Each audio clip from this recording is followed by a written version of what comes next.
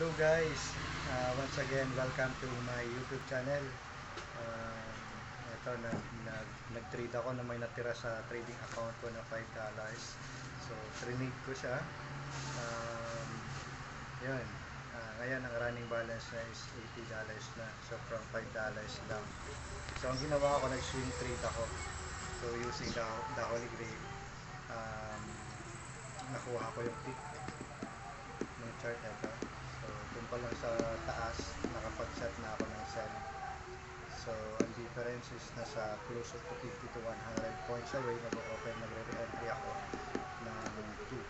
So bakit nag-sell ako?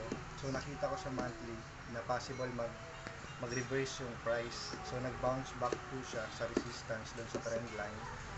So ang form niya is parang flag, ano. So most probably bababa po siya.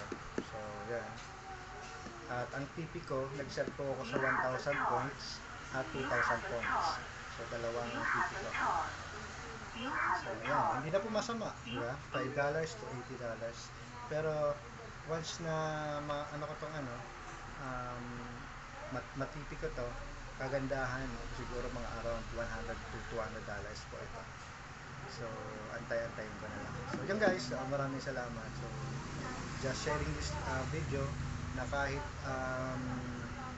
kahit mababa na yung capital nyo, $5, basta maganda lang yung pagkakaposition, malaki yung chance, opportunity na mag-profit kayo, right?